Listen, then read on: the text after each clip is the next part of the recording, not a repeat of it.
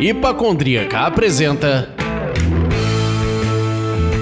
Surra de Lúpulo. Oi, pessoal, bom dia, boa tarde, boa noite. Eu sou Ludmila, mais conhecida no Instagram como Hipacondríaca. E no programa de hoje nós vamos falar com a doutora Gabriela Miller, da Levtech. Gabi, dá um alô pro pessoal. Fala, pessoal, tudo bem? Quem tá falando aqui é a Gabriela. Como é que é, Ludmila? Bom dia, boa noite, boa tarde, né? Isso. Muito obrigado pelo convite. Agradeço aí a Hipacondríaca pela oportunidade de conhecer o trabalho e a gente conversar um pouquinho hoje sobre leveduras. Muito bom, assunto extremamente curioso para nós leigos, e eu sou o Leandro, mas hoje vocês podem me chamar da trufa que não deveria estar lá se não for uma stout ou uma porta. Meu Deus, cara. Caraca, velho, você podia falar de tipo, sei lá, eu nem sei. Bom, deixa quieto. Vamos pegar esse programa pela mão, né? A gente sempre começa o programa perguntando o que cada um tá bebendo. Então, Gabi, o que você tá bebendo por aí? Hoje eu tô bebendo uma cerveja que o meu pai fez. Quando eu comecei a fazer cerveja, ele ficou muito ciumento. E aí eu houve um acordo, né? Eu falei, pai, quero começar a fazer cerveja, mas tô precisando de um patrocínio, né? Um patrocínio. E aí ele topou. E aí ele falou assim, ó, desde que tu me ensine a fazer. Eu falei, fechou. E hoje o meu pai faz muito mais cerveja do que eu. Ele é um cervejeiro assíduo. E hoje eu tô tomando uma cerveja que ele fez pra minha irmã. Que a minha irmã é minha sócia na Levtech, mas ela é meio deitada. Ela não curte as panelas. Ela gosta da cerveja prontinha no barril. E aí ela explora meu pai. Veja isso. Eu sou totalmente deitada. Oh, aí é minha definição aí, coisa deitada, maravilhosa. Né? E aí eu tô tomando uma IPA que o meu pai fez pra minha irmã, mas me trouxe umas garrafinhas pra passar pelo controle de qualidade sensorial. E tá muito boa. E passou? Passou, tá muito boa. Teu pai então é paneleiro. Aí. Daqui a pouco ele vira cigano ou não? Não, paneleiro. Paneleiro, tem que cortar as asinhas dele, porque ele começou com 20 litros, aí passou pra 75, daí agora eu já tô puxando freio. Calma, vou fazer, não precisa ser tão grande. E aí tem 2 equipamentos em 2 cidades diferentes e 2 turmas cervejeiras e segue o baile. Isso aí, tá certo. Tá sério.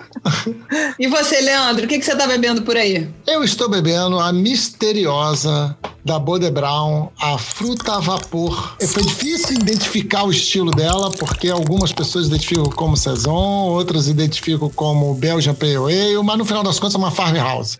E vamos seguindo. E você, Lud? Bom, eu peguei lá na geladeira a São Bernardos Pater 6, tá uma belezinha aqui, que a gente vai comentar no post no dia que esse programa maravilhoso for ao ar. Então, por favor, ouçam o programa e depois acompanhem o que eu achei da cerveja lá no Instagram. Bom, essa semana fizemos uma interação maravilhosa lá no Instagram do Surra de Lúpulo e pedimos que os nossos ouvintes mandassem perguntas sobre leveduras. E aí, Gabriela, a gente recebeu milhares de perguntas. Assim, pô, foi uma enxurrada. Sabe, lembra da cartinha da Xuxa? A Xuxa sentada naquela sala cheia de cartinhas, jogando cartinha pra cima? Foi a quantidade de perguntas que recebemos. E a gente teve que selecionar algumas, né, pra poder trazer no programa. E aí a gente pretende desvendar com você um pouco do mundo das leveduras. Vamos nessa? Demorou, com certeza.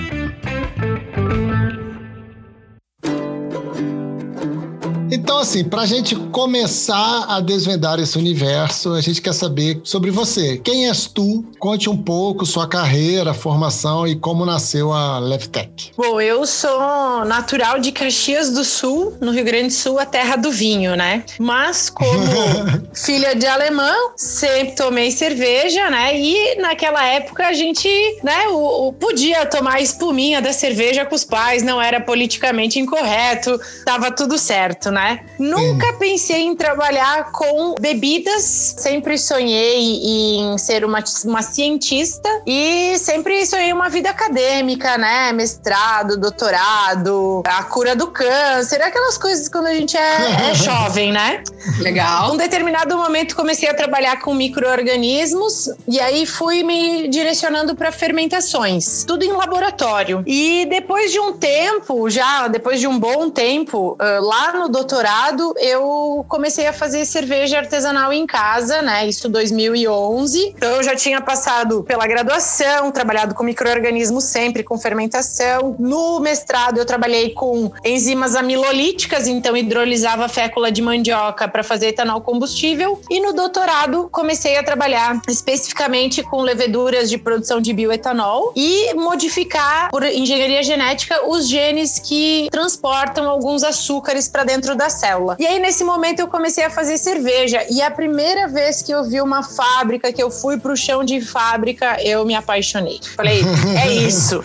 Não é laboratório. Nossa, eu quero trabalhar na indústria, eu quero usar todo esse conhecimento de pesquisa, porque hoje está mais próximo, mas no Brasil, quando a gente fazia mestrado, doutorado, há alguns anos atrás, eu já terminei meu doutorado, tá indo para uma década, então era muito distante a universidade da indústria, das empresas, da iniciativa privada. E aquilo ali me seduziu de uma forma que eu pensei assim, nossa, eu tenho toda a formação acadêmica, eu tenho esse know-how e eu posso trabalhar numa indústria e posso trazer isso para esse mundo. E aí foi quando eu comecei, né, entrei no mundo da cerveja como caseira, só que eu tinha todo o conhecimento de levedura, de propagação de levedura, eu tinha trabalhado com isso a minha vida toda, tinha feito um doutorado nisso. E aí as pessoas começaram a ficar interessadas no conhecimento, nas formas de fazer. E um dia eu me dei por conta, assim, na pia da minha cozinha tinha uns 10 frascos de levedura sendo propagado.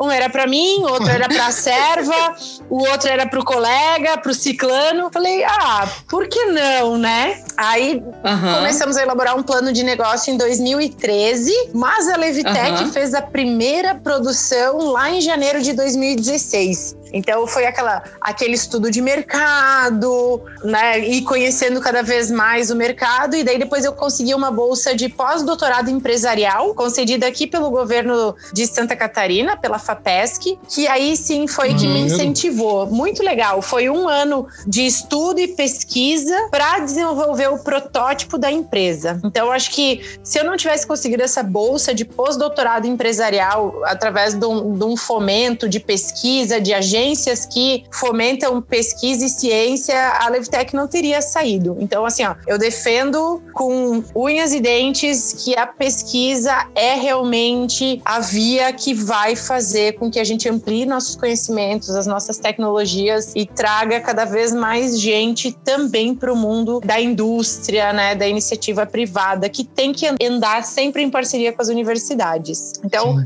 nós concordamos plenamente com você, Gabriela, sem sombra de dúvida, pelo amor de Deus. Poxa, sem pesquisa a gente não tem nada, né? A gente não tem nada, não tem. E aí a Levitec foi contemplada em um outro programa que chama Sinapse de Inovação, que é uma aceleração de startups. Olha. Então a gente também conseguiu, em 2016, fomos contemplados nesse projeto, o que nos possibilitou também ter um bolsista para trabalhar na empresa, ter recurso para investir, principalmente na parte de gerenciamento, porque a parte técnica eu conhecia. Agora, o nosso grande desafio foi gerir um negócio, um business, uma indústria e conseguir fazer isso crescer de forma sustentável. Sim. E a ideia de aproximar a pesquisa da iniciativa privada é como um vai sustentar o outro, porque se mantiver aquele distanciamento acadêmico que existia, uma academia hermética, ferrou, né? Não, ferrou, porque a iniciativa privada precisa sustentar a pesquisa. Claro que muitas vezes, agora vendo do ponto de vista da iniciativa privada, tu vai pagar uma pesquisa que possa te trazer um benefício, mas tu vai sustentar um laboratório que vai fazer pesquisa básica. É uma mão de duas vias, né? Então, assim, precisa fazer essa aproximação até pra gente gerar tecnologia nacional, pra gente parar de ficar muito dependente, né? Sim, sair da commodity. Então, assim, foram realmente 2 programas e eu vejo assim, de 2 anos pra cá, acabou, esses programas foram extinguidos, não existe mais esse tipo de bolsa. A galera tá totalmente desamparada, cada vez mais perdendo espaço. Tá bizarro. Com certeza, com certeza. Você contou um pouco da sua história, mas dá o serviço da tua formação, porque eu acho que é muito importante chegar e falar, tipo, pós-doutorado em biotecnologia e biociência, para entender que, tipo, não foi do nada que isso aconteceu. Entende o que eu quero dizer? Você já falou até que seu teu doutorado tem 10 anos de completo. Então... Que eu sou velha pra caralho. Não, que isso, você tem 25 anos. Ai, tá bom.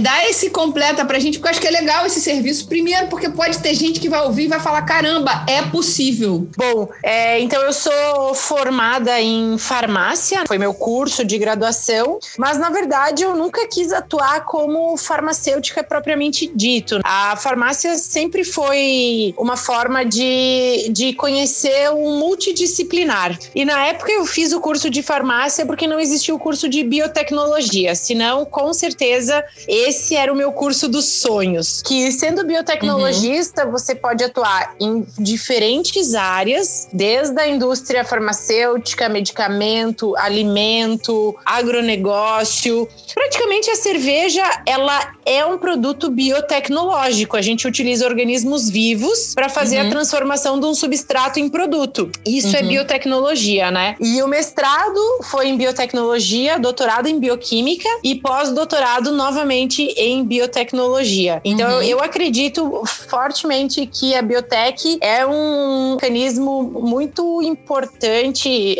de transformação, né? Entre a pesquisa básica e o produto mesmo. Então essa foi a minha carreira. Claro que foram alguns bons anos dedicados à pesquisa, mas a gente conseguiu construir esse conhecimento e abrir a Levitec, que na verdade foi aonde eu mais apanhei na minha vida toda, né? Então depois que a gente virou empresária, virou empresária. E aí... O TCC fica fácil. Os desafios acontecem por uma série de motivos, né? Tanto os desafios de ser empreendedor, mas também os desafios de você trabalhar numa área totalmente diferente da sua, que eu sou técnica, né? E eu tive que aprender a ser gestora, tive que aprender... A lidar com mamíferos. A trabalhar com RH. E então, né? Sim, com certeza. Mas faz parte do crescimento, vai só somando, na verdade, e a gente vai construindo capacidades que às vezes a gente nem imaginava que tinha. Com certeza.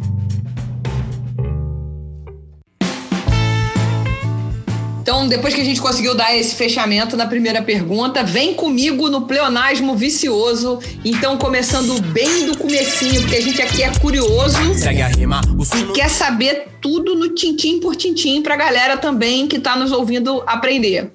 O que é levedura e o que ela faz na cerveja? Bom, a levedura é a nossa maior cervejeira que existe, né? Se existe alguém que faz cerveja, é a levedura. Então, ela é um organismo unicelular, é um organismo microscópico, a gente não consegue visualizar uma célula a olho nu. Ela é um fungo pertencente ao domínio dos eucariotos. Então, ele tem uma célula muito parecida com as nossas células humanas. Yes, science! A levedura utilizada na cerveja, ela é só a pontinha do iceberg, na verdade, porque ela tem uma série de aplicações industriais com volumes na indústria muito mais expressivos que a cerveja propriamente dita. Além de ela ser usada para fazer toda a transformação de álcool, tudo que a indústria que produz álcool utiliza a levedura e utiliza basicamente a levedura Saccharomyces cerevisiae. Entretanto, ela é utilizada para a produção de enzimas, produção de aminoácidos,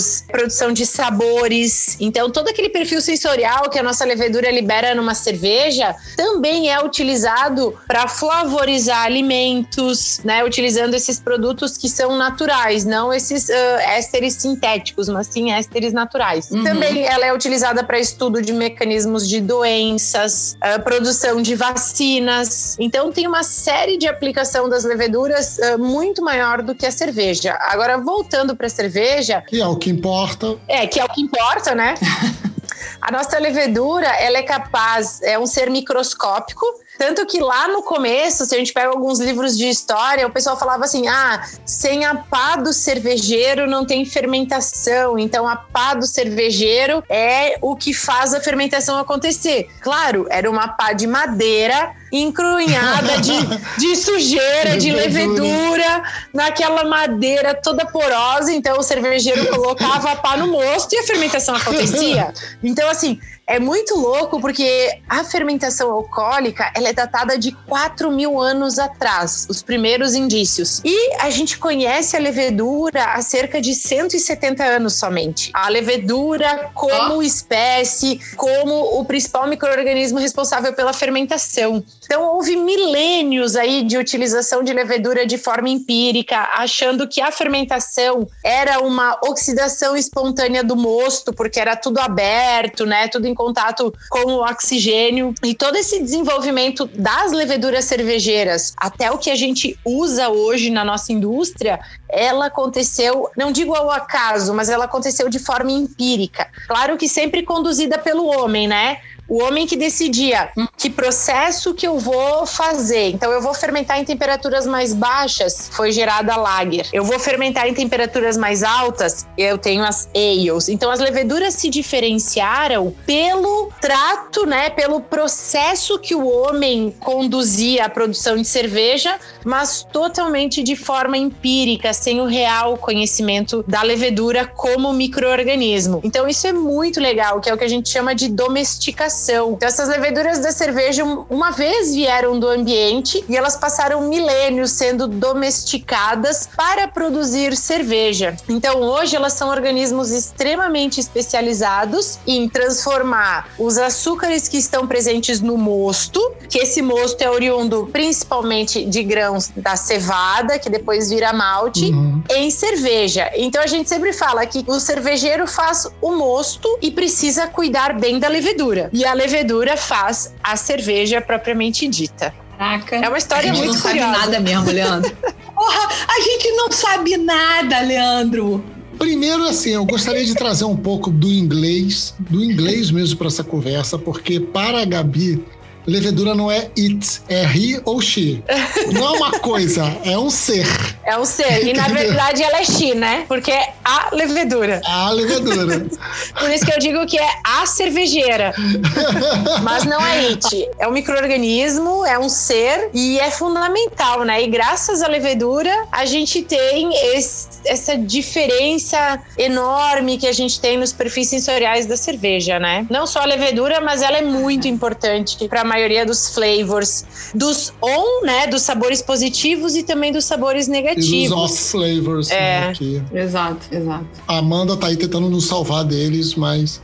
Pois é. Em alguns casos eles ainda existem. Eles existem. Exato. E se a gente for pegar a lista de off flavors que existem na produção de cerveja, 85% deles são produzidos durante a fermentação.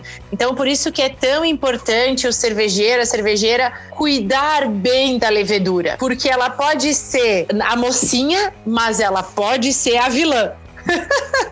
Eu ia falar agora, a levedura é aquela amiga chave de cadeia, aquela amiga problemática, que gosta de arrumar uns problemas às vezes. Mais ou menos isso. Se for deixada de lado, ela vai te incomodar. Entendi. É isso. Eu queria puxar esse gancho que você acabou de falar, tanto do processo e tudo mais. Eu queria saber o seguinte, o que acontece no processo de fabricação da cerveja se tiver levedura de menos ou levedura a mais? Se errar na mão do tempero, é tipo sal, do tipo assim, ou tá sem gosto nenhum, ou tá super salgado?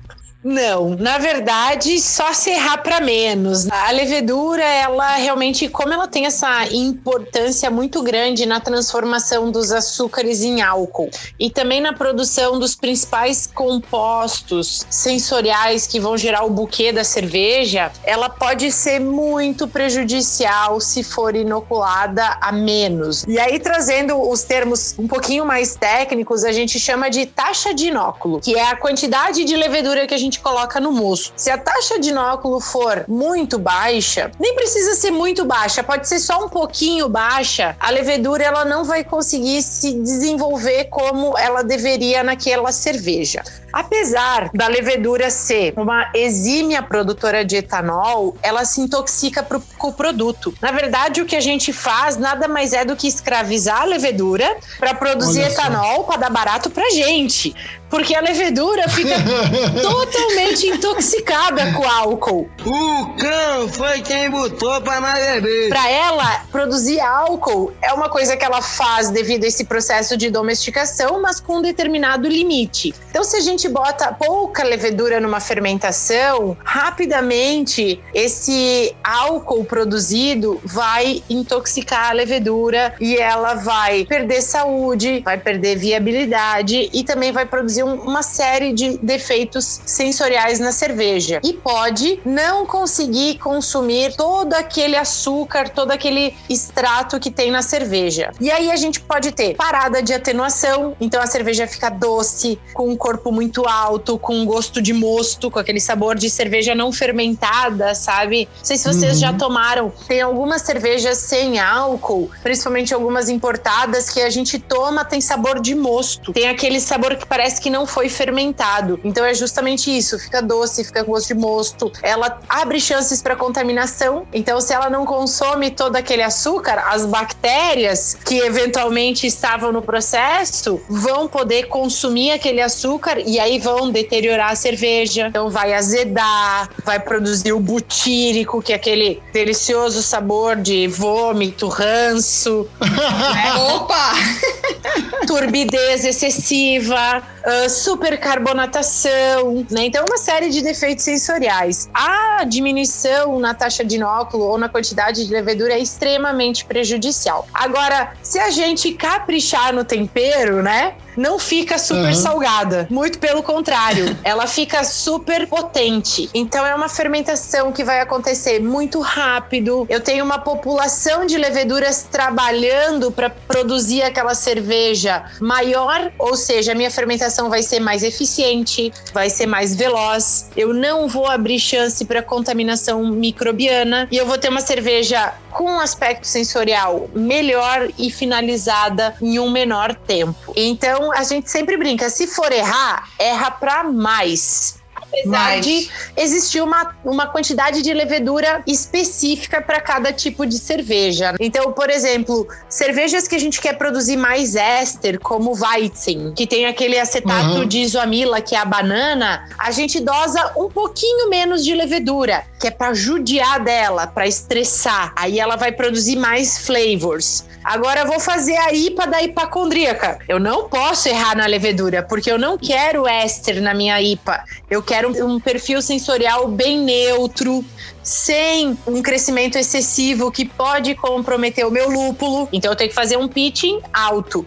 Agora, se eu for fazer uma lager que fermenta a 8 graus, pensa na levedura lá naquele frio, a 8 graus, tá gelado. Eu preciso colocar o dobro de levedura para ela conseguir fazer a fermentação de forma eficiente, num tempo razoavelmente curto, né? Que não fique lá um mês fermentando, mas numa temperatura muito baixa. Porque a levedura, quanto mais alta a temperatura, mais rápido o metabolismo dela. Então, por isso que lagers, a gente precisa fazer o inóculo dobrado em relação às ales. Então é um ponto muito importante onde a maioria dos cervejeiros erram. E por quê? Porque a levedura é um insumo que não é muito barato, assim, se a gente for pensar. Lúpulo também não é muito barato. Em 2020 nada tá barato. Não, nada tá barato. Agora, se o pessoal for economizar para fazer uma IPA, qual dos dois insumos vocês acham que eles não iriam economizar? No lúpulo ou na levedura para fazer uma IPA? No lúpulo, eles vão botar todo o dinheiro lá. Então, só que se ele economiza na levedura, a levedura vai produzir tanto a flavors que o lúpulo dele não vai se destacar como deveria. Cara, eu não tô conseguindo desassociar a imagem de um ser humano. A levedura pra mim virou uma pessoa. Você quebrou a levedura pra mim, Gabi.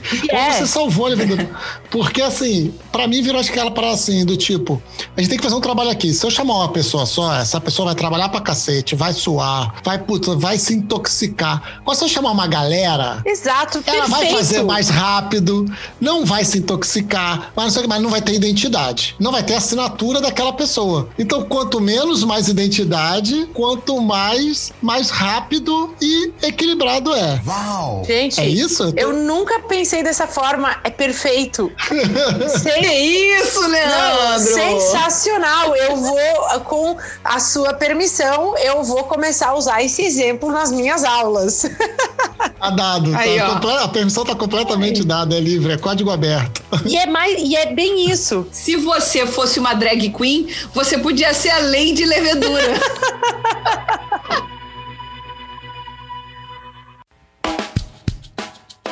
Aproveitando aí que o Leandro agora pegou o Jimmy Neutron, o pequeno cientista dentro dele, enfim, ajudou a Gabi a construir a exemplificação da próxima aula.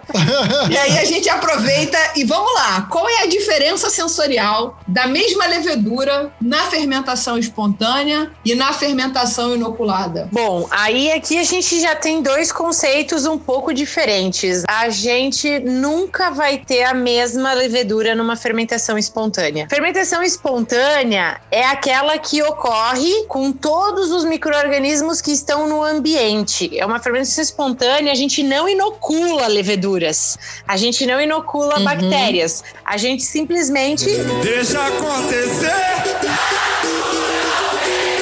Entendi. Isso parecia um pagode, hein? Basicamente é isso. Então, assim, claro, a gente tem que expor esse nosso mosto aos micro-organismos, já que eu não vou inocular. Então, geralmente, a gente pega o mosto, coloca no que a gente chama de cold ship, uma piscina de mosto que fica aberto, né, em contato com o oxigênio, com o ar, deixa mais ou menos 24, 48 horas aquele mosto resfriando naquele ambiente em contato com o ar e depois bota para os tanques para fermentar. Então, a fermentação espontânea vai depender muito de onde você está. Por exemplo, se a gente fizer uma fermentação espontânea no centro do Rio de Janeiro, é bem provável que a gente consiga alguma coisa boa para fazer uma fermentação. Agora, se a gente for lá para a serra, para um ambiente onde a gente tem uma natureza, tem flores, tem frutos que são fontes ricas de leveduras, a gente tem mais chance de conseguir uma fermentação espontânea melhor, né? Então, a diferença basicamente é que em fermentação espontânea, os micro-organismos vêm do ambiente. E aí a gente nunca vai ter aquela repetitibilidade como a gente tem numa fermentação industrial, onde eu vou lá, inoculo a mesma levedura, na mesma quantidade, na mesma temperatura, nas mesmas condições. Entendi. Então a diferença sensorial é completa, não tem nada parecido. Então, assim, ó, na fermentação espontânea, o legal é que além das leveduras, a gente tem as bactérias que geram essa complexidade de acidez, principalmente ou ácido lático, que são os lactobacilos e os pediococcus, que são as bactérias mais utilizadas para a produção de sour, por exemplo, se utiliza lactobacilos, ou ácido acético, ácido lático, lactobacilos, ácido acético. A gente pode ter a presença das acetobacters, que são aquelas bactérias que transformam, por exemplo, o vinho em vinagre. Vocês já pensaram assim, ó, qual que é o substrato para fazer um bom vinagre? Não é açúcar, é um fermentado alcoólico. É uma bactéria que transforma o álcool em ácido. Então é um outro processo que a gente tem principalmente em fermentações em madeira, né? Lá naquelas barricas de madeira. E se a gente fizer uma fermentação espontânea numa barrica de madeira e fizer uma fermentação espontânea num tanque de inox, a gente já vai ter dois perfis completamente diferentes. Porque na madeira a gente tem permeabilidade de oxigênio, que vai permitir com que essas bactérias acidifiquem o mosto lentamente. No inox, não. Então, em geral, as fermentações espontâneas que se fazem em madeira, elas são mais ácidas, tendem a ser mais acéticas do que as fermentações espontâneas que a gente faz no inox, que são mais neutras e equilibradas. Mais ou menos uma Red Flanders ou uma Brown Flanders, né? Pegando agora esse estilo de cervejas que são as Flanders, né? A gente poderia... A grande diferença entre Red e Brown Flanders são, claro, o local da onde elas são produzidas, na região de Flanders, mas também a forma como as fermentações são conduzidas. Caceta e planeta. Quando vocês forem tomar uma cerveja belga, comprem uma Duquesne, vamos falar, ou uma Rodenbach, que são as Red Flanders, e percebam a acidez dela, acidez acética. Claro, tirando todo o perfil sensorial da cerveja, as notas vínicas que ela tem. Tentem achar uma Brown Flanders, uma Old Broom, vocês vão ver que a cerveja é completamente diferente, basicamente pela forma que a fermentação é conduzida. Então, assim, é bem diferente a gente pensar numa levedura de fermentação espontânea inoculada, porque a fermentação espontânea é espontânea. Já diz o nome, né? A gente não inocula nada. Deixa acontecer. Deixa acontecer naturalmente.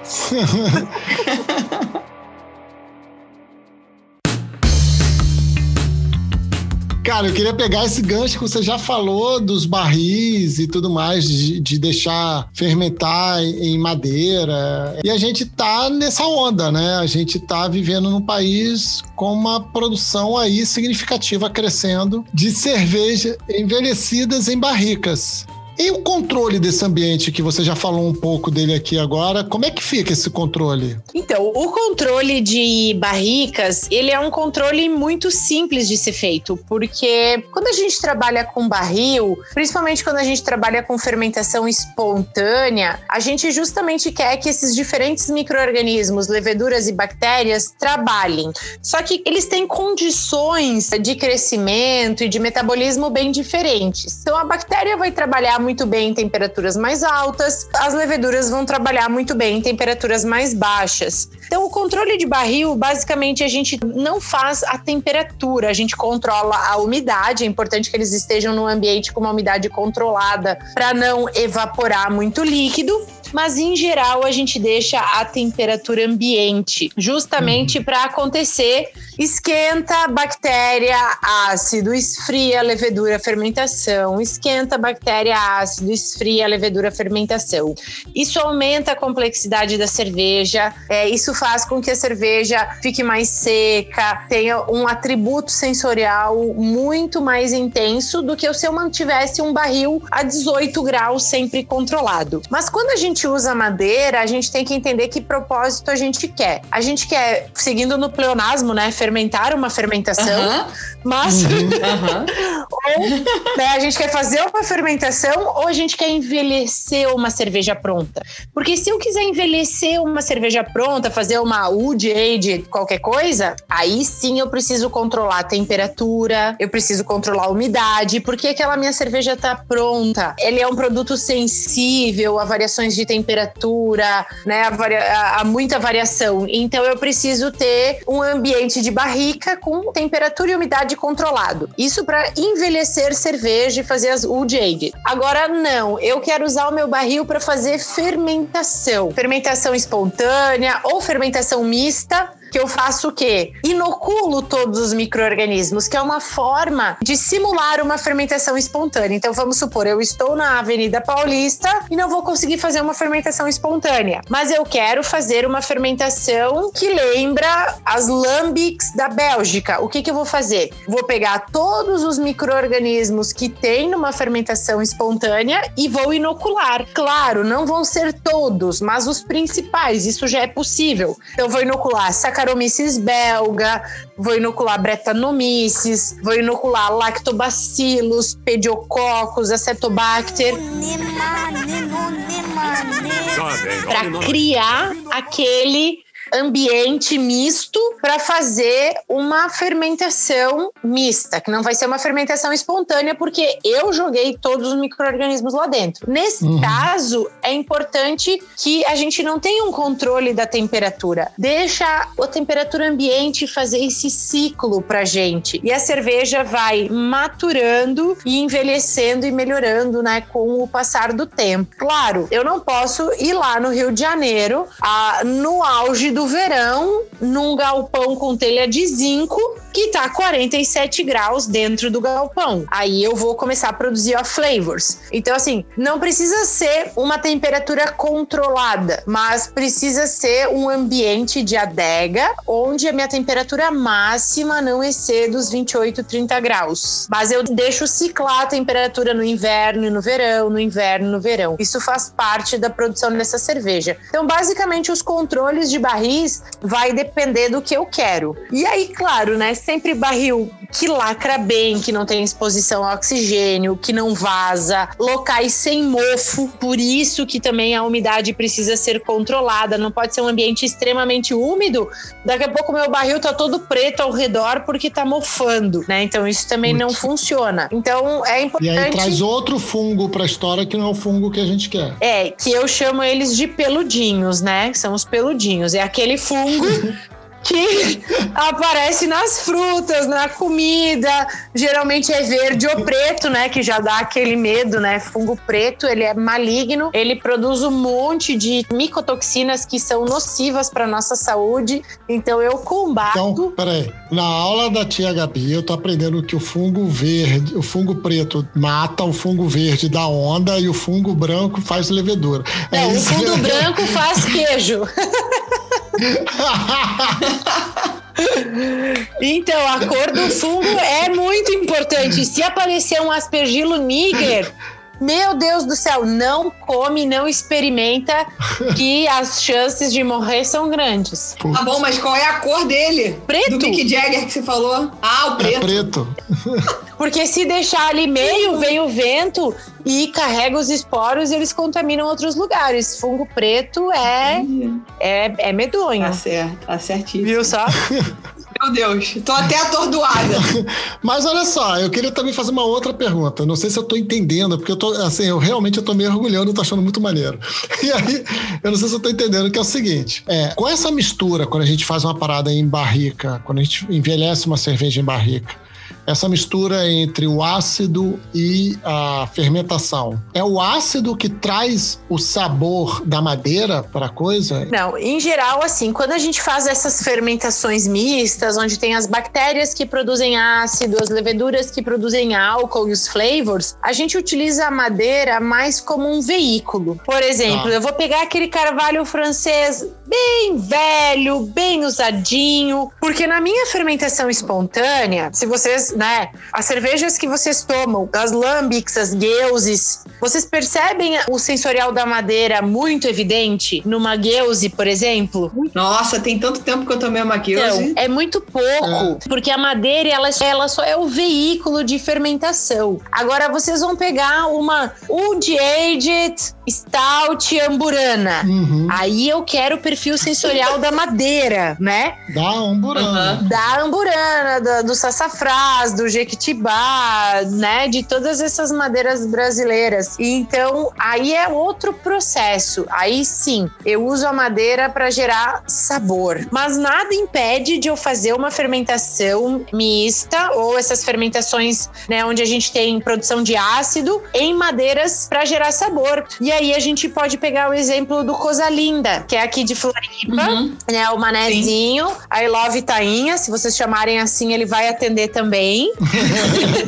E ele faz isso, ele pega as madeiras brasileiras e acaba fazendo a fermentação lá dentro. Então a gente tem que na verdade seriam dois objetivos diferentes, mas em um único produto, que são as fermentações ácidas, as fermentações mistas, mas também com a pegada da madeira brasileira. Então eu posso escolher, ou eu posso simplesmente pegar uma barrica de carvalho francês bem usadinha, que não me dá mais sabor, e botar cubos ou chips de madeira que eu quero dar o sensorial na minha cerveja dentro da barrica. Então as combinações são infinitas. A quantidade de experimentos e de produtos e de combinações que a gente pode fazer pensando em fermentação e madeira é infinito. Vai da criatividade do cervejeiro, né? aí pensar, claro, né, aquele desenho de receita, né? Então, o que eu vou fazer, o que combina com o que, né, soma, ou o que é muito contrastante e que não funciona. Mas tudo isso a gente só descobre na prática. Essa é a verdade.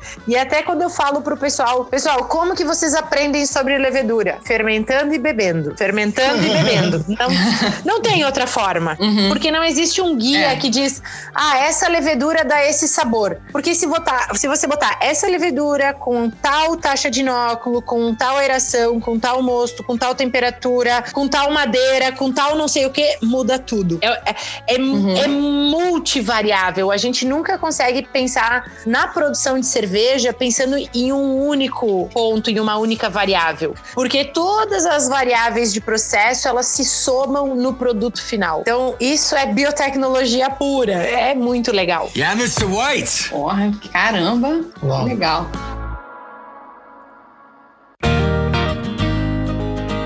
E aí, então, assim, pegando um pouco daquele gancho de você comentando como é que a Levtech nasceu, falando que em algum momento na sua pia você estava lá inoculando várias leveduras e tal, uma para o trabalho, uma para um amigo, uma para não sei quem, tal.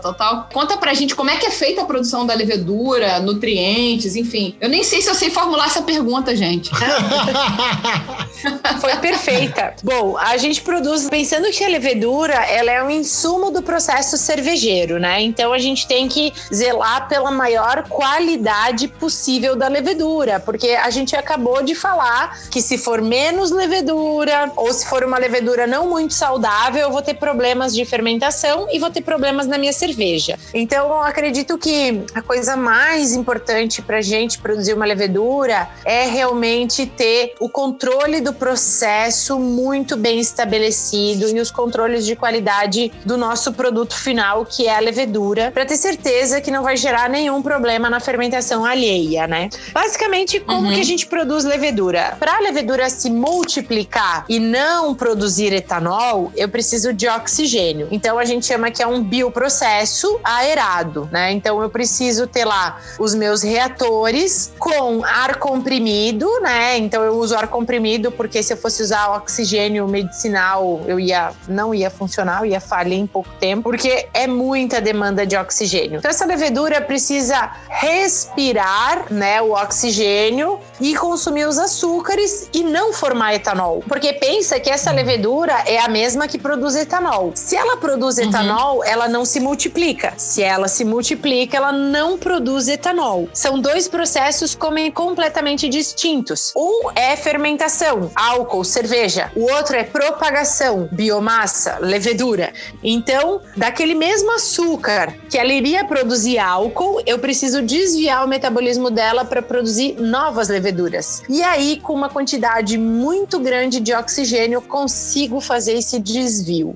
Então, além do oxigênio, a gente utiliza o próprio mosto cervejeiro para propagar a levedura. Por quê? Para que ela já, quando for fazer a fermentação de cerveja, ela já está adaptada àquele mosto. Então, ela já vem sendo cultivada num mosto igual à produção de cerveja, para ela não ter nenhum tipo de choque, nenhum tipo de contratempo, dizendo, peraí, eu estava consumindo o açúcar da uva, como que agora eu tenho que consumir o açúcar do malte, né? Então a gente sempre mantém ela no mesmo mosto. Além disso, ela precisa de uma série de nutrientes, minerais, como cálcio, zinco, fosfatos, né, para poder se multiplicar, aminoácidos, vitaminas. Então, na verdade, é um pool de energéticos, né, que a gente disponibiliza para essa levedura poder se multiplicar e formar muito mais células. E quando a gente fala em multiplicação de leveduras, uma coisa interessante é que essas leveduras de cerveja, elas perderam a capacidade de gerar novos indivíduos. Então, quando a gente fala em multiplicação de leveduras, a gente tem uma população de clones. Toda célula filha é igual à mãe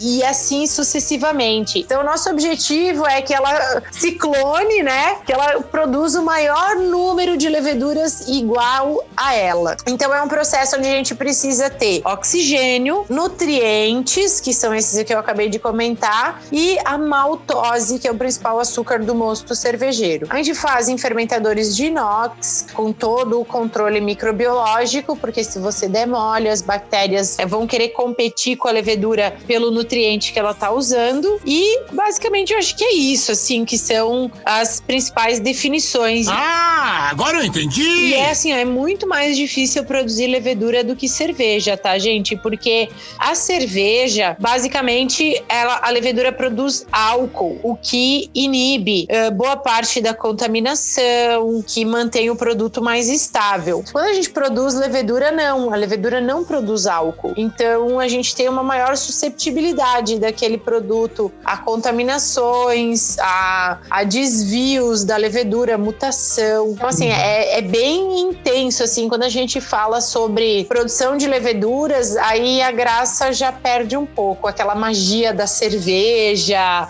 né? Aquilo já vai por água abaixo, porque a gente é tão neurótico que a gente faz controle microbiológico da luva do pessoal que tá mexendo nos reatores. Então é bem complexo, na verdade, a produção de leveduras. É muito Walter White isso. Eu queria, assim, infelizmente, para fechar essa loucura científica que a gente está vivendo aqui, na verdade não é nada científico, é extremamente humano, a gente está conhecendo uma pessoa nova, essa tal de levedura, que para mim não era uma figura tão admirável. Aí, eu queria saber de você, assim, você já deu várias dicas durante o programa, várias mesmo, mas quais seriam as boas dicas para os nossos cervejeiros caseiros? Por exemplo, eu tenho uma dúvida bem grande, que para uma panela, por exemplo, de 20 litros, um sachê dá conta ou eu compro 1 litro de levedura? Não, entendeu? É sério, essa é a proporcionalidade, sabe? Não, mas a proporcionalidade funciona, sabia? Mas para um sachê, para uma batelada de 20 litros, um sachê de levedura dá conta. Se for ale, se for Olha, sabia que tinha uma vírgula. Não, levedura é que nem o português. Sempre tem uma exceção. Não existe uma regra que não tem uma exceção. Então, se for ale, um sachê para 20 litros. Se for lager, a gente recomenda 2 sachês para 20 litros. Mas o pessoal de casa, que são os nossos professores pardais de plantão, né? Nunca vi cervejeiro caseiro para ser tão engenhoso, tão dedicado, né? Quanto cervejeiro caseiro. Pode propagar a levedura, o que é bacana. A gente consegue fazer uma levedura crescer na nossa própria casa, no nosso ambiente. Claro que eu não vou conseguir produzir levedura para alimentar uma fábrica, mas eu consigo produzir levedura para aumentar a minha produção de cerveja caseira. É tipo o fermento orgânico de quem faz pão. Mais ou menos, tem que ser muito mais controlado.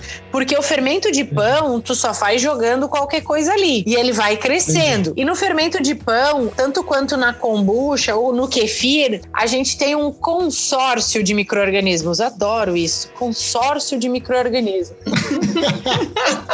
Pensa no conceito, é uma coisa muito louca. A gente tem vários micro-organismos ali trabalhando em prol, em simbiose, né, daquela situação, que é fazer a fermentação láctica, no caso do kefir do leite, que é fazer a fermentação do chá, no caso da kombucha, né, ou até do trigo, no caso do pão. Na cerveja, isso não funciona. A cerveja, ela tem que ser muito controlada, porque se você fizer só essa alimentação sem os determinados controles, vai existir outros micro-organismos que não devem fazer parte dessa levedura. Na cerveja não tem consórcio. É uma levedura e ponto final. Porque se começar a vir uma galera a mais, elas não vão trabalhar juntas. Aí atrapalha o rolê. E essa galera que veio de fora não vai produzir o perfil sensorial desejado numa cerveja. Então, assim, o princípio pode ser o mesmo, mas a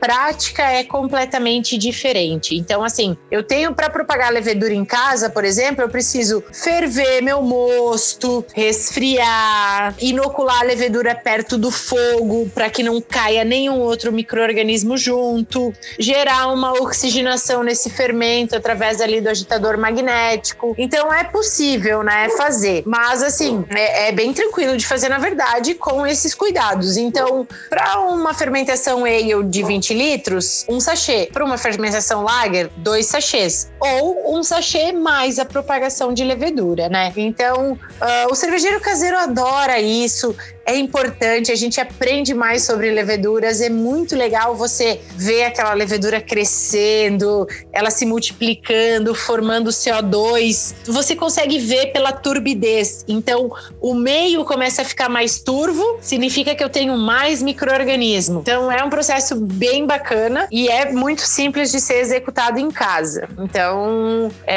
só essas as pequenas diferenças, né? A gente tem que entender se a minha fermentação é ale ou se é lager e se eu quero muito álcool. Aí é o problema 2. Por exemplo, eu quero uma cerveja com 14% de álcool. Eu consigo fazer 20 litros com um sachê? Não, mesmo se for ale. Porque senão a nossa levedura vai se embebedar no meio do caminho e vai ficar lá e não vai terminar. É que nem a gente. Comecei a fazer o churrasco, tomei um ferro no meio do caminho, o resto da carne torra lá na churrasqueira e fica, né? Quem nunca? Quem nunca, né?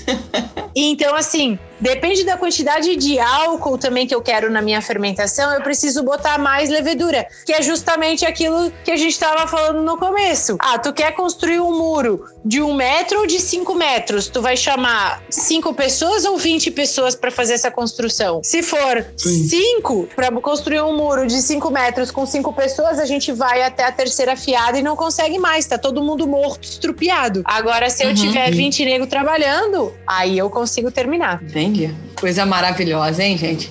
A gente pegando e transformando leveduras em pessoas, né? É o único caso permitido de aglomeração, é de leveduras.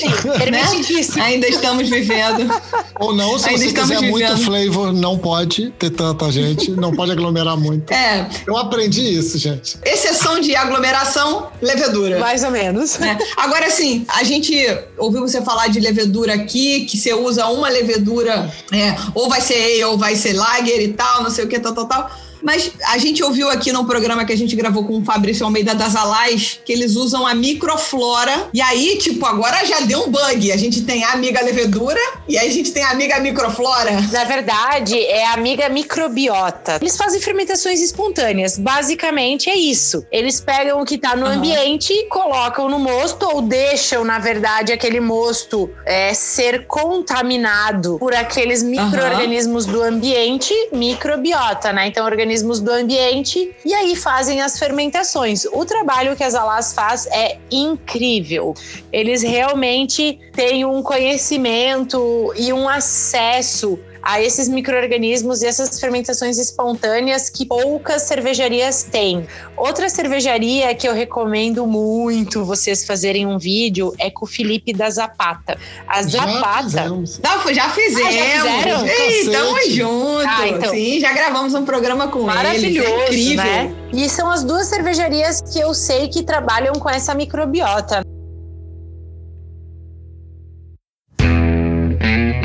Para finalizar, a gente primeiro quer agradecer a Gabriela, que foi gentilíssima, super didática. Leandro viu o mundo se descortinar na frente dele. Science, bicho, science! Não, eu tô impressionada com o Leandro. Ele abriu pra mim perspectiva da levedura que nem eu tinha pensado, gente. Que isso, hein, cara? Além do rei da edição, você agora soma o mamífero de humanas com a mamífera das ciências, que dá nisso, sacou? Assim, aí começa a ter essa conversa, começa a fazer sinapses, juntar ali coisas que falam assim, opa, peraí, a Gestalt trabalha de um jeito diferente. Então a gente queria agradecer a Gabriela e a gente queria agradecer muito aos ouvintes e seguidores que ajudaram fortemente na construção dessa pauta. Então, pessoal, a gente queria dedicar esse programa aos nossos ouvintes. Então, muito obrigada. Obrigada, Gabriela. Obrigada, Leandro, por tanta inteligência compartilhada.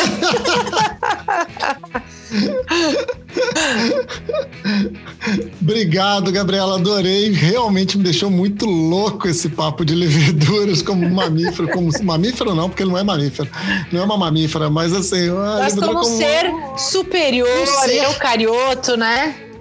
Exatamente. Um ser que deve ser respeitado, identificado e ter isso é quase bíblico, hein? Sociedade. Eucariotes, isso é quase bíblico, hein?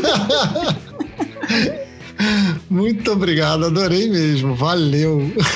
Eu que agradeço a oportunidade de conversar sobre leveduras, que é um tema tão técnico e científico, mas dessa forma tão descontraída. Eu tenho certeza que a gente consegue atingir um número maior de entusiastas, um número maior de pessoas, né? Então eu acho que é isso. Realmente a ciência, ela precisa ser compartilhada com todo mundo de formas acessíveis, né? Então agradeço aí o pessoal que apoia, né, e o podcast, que está assistindo, as perguntas enviadas, e a gente fica aí à disposição para novos projetos, novos entendimentos, né? O que precisarem aí da Gabriela ou da Levtech, a gente vai estar sempre aí na parceria. Muito legal, muito obrigada, e cuidado com aquilo que você oferece pra gente, hein?